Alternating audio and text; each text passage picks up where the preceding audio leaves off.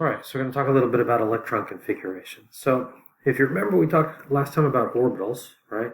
We had our s orbitals, if you look over here to the right, our s, right? Our p's over to the left, and our d's and f. You notice the person who made this periodic table colored helium. So remember, helium here is actually part of the s orbital, right? So I could write helium right next to it, but it's in line with our noble gases. So our s's, our p's, our d's, and our f's. Our s's start at n equals 1. Our p's start at n equals 2. Let me try to get my pen to work. So start at n equals 2. Our d's start n equals 3. And our f's here start n equals 4. Right? Even though it's n equals 4, the third is at the 4th quantum energy level. All right, so electron configurations. So electron configurations is the way we show electrons in different orbitals. Right, so if we look at helium here, so we have what we call orbital location. So helium, right, is located at n equals 1, right? So if we looked at our orbital diagram over here, right, we would say we put a 1. It's in the s orbital type, and it's, if you count from left to right, 1, 2, it's the second atom there, so 1s2. So what it says is, in energy 1, our s orbital, which is spherical, has 2 electrons, right, each with opposite spin. If we look at something, if we came over here, I'll do that in a second. I gotta fix my pen, sorry. So that's the way this value goes, right? So this right here is n, right? This right here, this thing is just not working well. This is orbital type.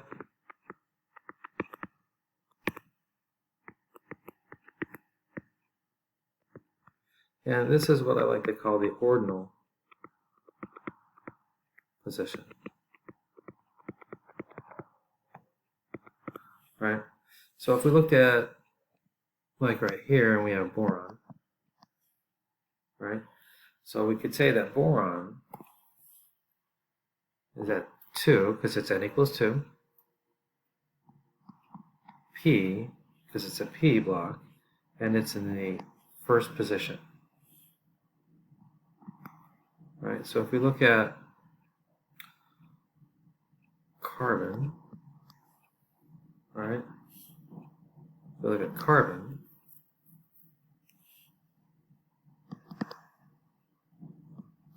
second, right, it's in the P, 1, 2, 3, is it in the 3? No, carbon is right here, actually. It's in the 2 position. Right? I had to count. Because carbon has 6 protons. 1, 2, 3, 4, 5, 6 with 6 electrons. Right? Okay. So that's what we do, and we'll get more familiar with that as we go. So when we talk about electron diagrams, right, or configurations, we'll talk about how we order those electrons within the orbital system. So distribution of electrons in different electron orbitals is called electron configuration. Right? The orbital diagram lists all the electrons and their spins. There's 3 rules we're going to talk about. We're going to talk about Aufbau, Pauli, and Hund. Right? So the Aufbau principle. Aufbau principle says electrons are added one at a time to the lowest energy orbitals until all electrons have been accounted for. So what it means is, if I say that carbon, remember, is at 2p2, what Aufbau says is in order to have 2 electrons and 2p, that all the electrons below it have to be filled, right? So if we look at our electron orbital diagram, so these are lower energy levels. So I have 1s, 2s, 2p. So let me expand this.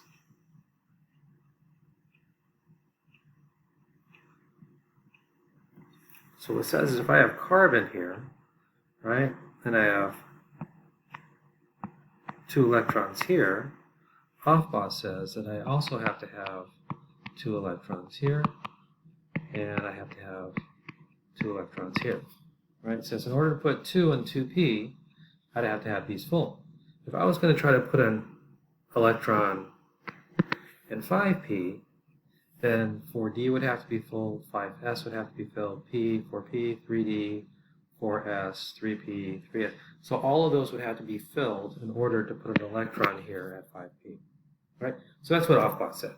Said that if I'm going to put an electron somewhere, everything underneath it has to be filled. Now, Pauli's exclusion principle, right, said any orbital can hold a max of 2 electrons, each with opposite spins. And in orbital diagrams, these are called orbital diagrams, the spins are represented by arrows, right? So the up arrow and down arrow means opposite spins, if you remember the little orbital I showed you before, right? So if I look at fluorine, if you look at this, 1, 2, 3, 4, 5. So fluorine is 2p5, right, because it's in the 2p5. According to Aufbau, if it's at 2p5, so this is fluorine right here, that everything below it has to be filled, right? But Pauli says if I fill these orbitals, they can contain a maximum of 2 electrons in each with opposite spins.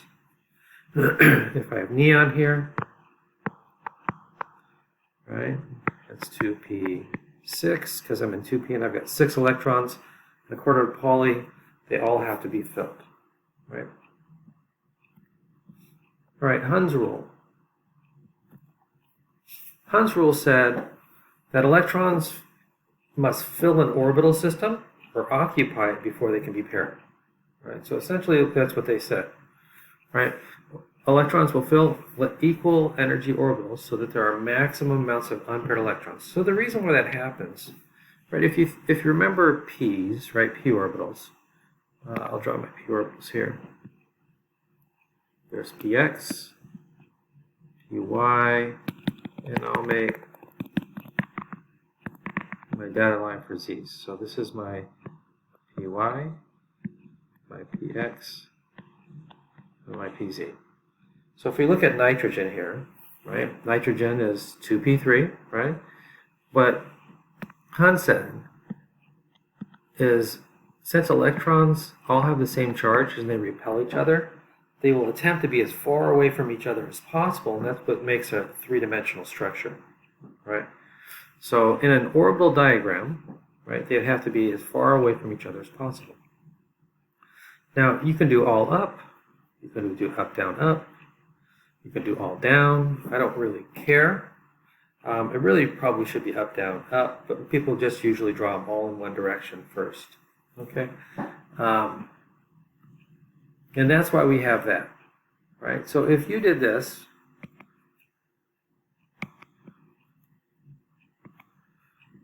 so let's do a new orbital diagram.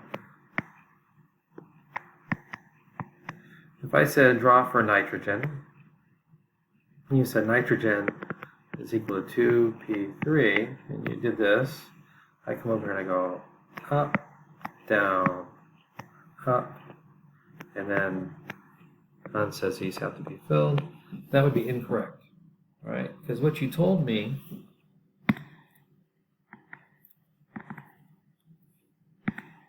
is that you paired these. Yeah, I'll get this pen to work today.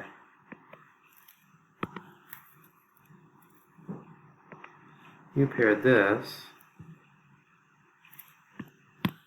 Man, I can't get my pen to work. Okay, so you paired this, right? So you left PZ empty. That's essentially what that would mean, and that would be incorrect, right? Because I can't leave PZ empty. right? I have to space them out. I have to have something in the px, the py, and the pz. All right. So electron notation. All right. So the periodic table, if you look at, let me expand this a little more.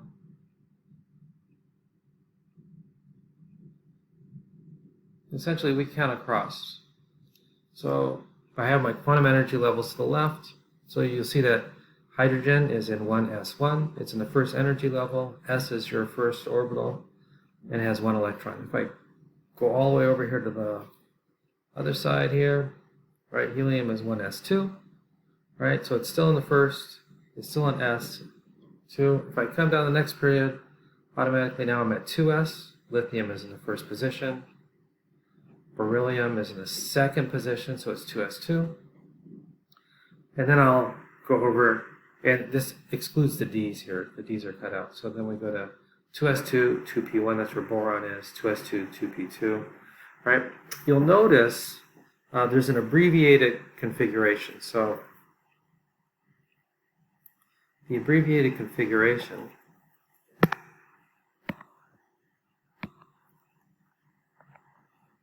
So the abbreviated electron configuration takes advantage of what's called the noble gas core. So if I'm looking at neon, is at 2p6. Right, so let's draw our orbital diagrams.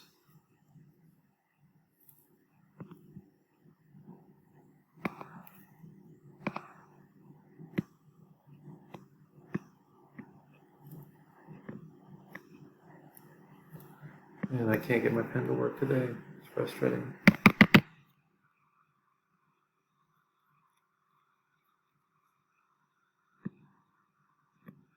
Oh, it's going to switch me colors. Okay.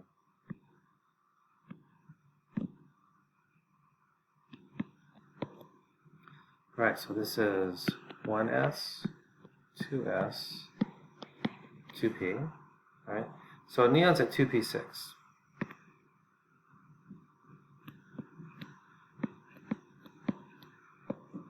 So I've got all these filled, each with opposite spins. Hofbauer says that if those are filled, these have to be filled, and Pauli says they each have to have 2 electrons with opposite spin. So neon is right here, if you look at that periodic table. What the abbreviated says is, I can claim the noble gas under it, which is a filled quantum energy level. So that would be right here. Right. So the full configuration for neon is 1s2, 2s2, and 2p6. Or I could say simply helium, 2s2,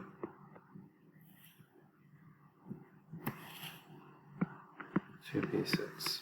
And I made a mistake right here.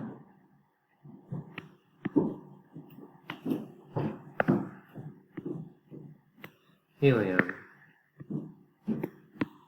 is 2s2, so it's right there. Okay, so I could claim helium and do that. Where that becomes important is if I look at the periodic table. Let me pause you here for a second. All right, so if I look at an element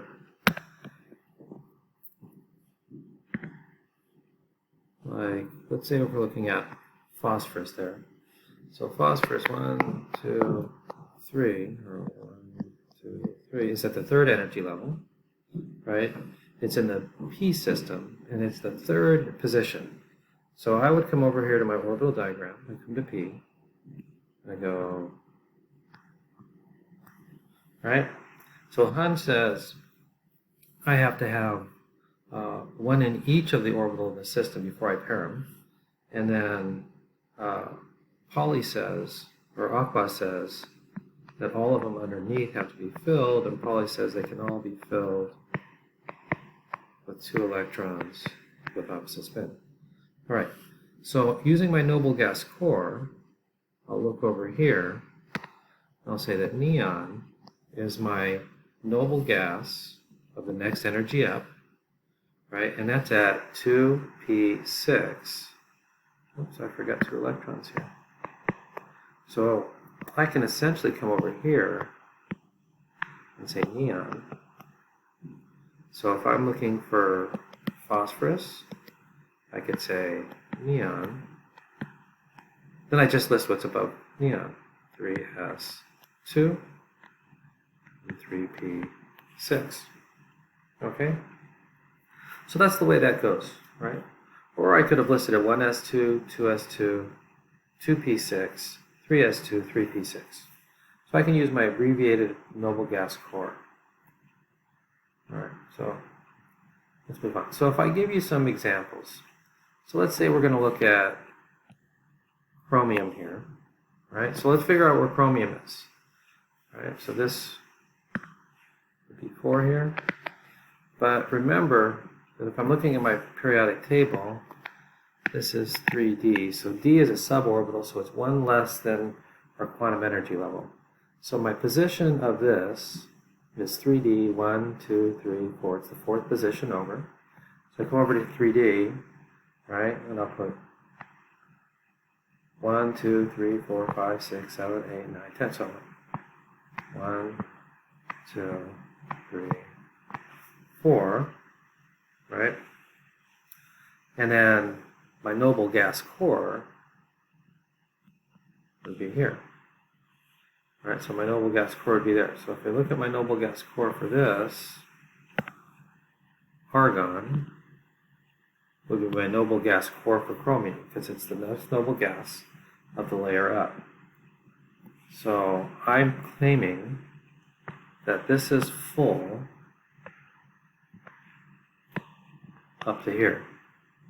Right? So I can claim my noble gas core of argon. So if I'm looking at chromium, right, I can claim my noble gas core of argon, and then I look at what's after argon. So after argon is here. So remember, argon is right there. Then I come over here. So I've got to include 4s. There's 2 boxes. 4s2. Then I come over to 3D and I'll say 3d4, right? Because chromium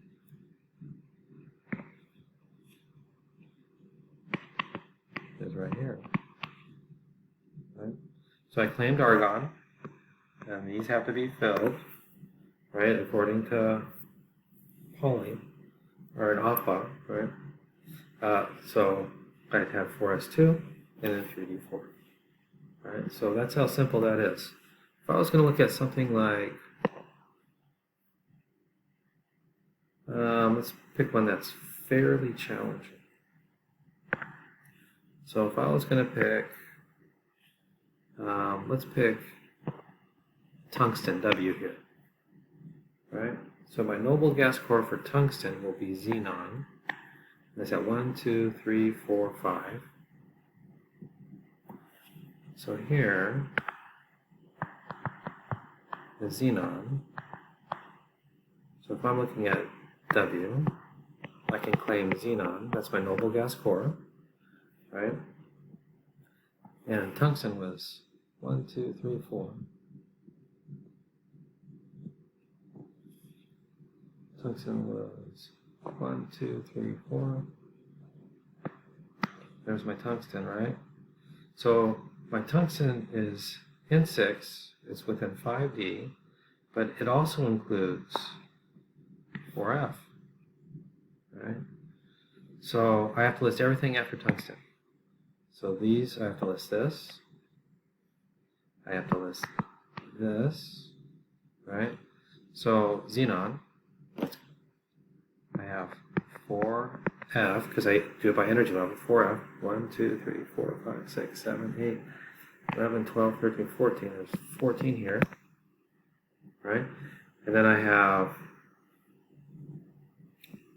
5D, 1, 2, 3, 4, 4, and I have 6S2, because I have 2 of the 6S, right? So that would be my electron configuration for tungsten, okay?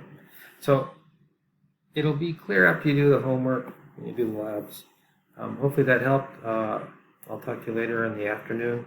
We can clarify some things.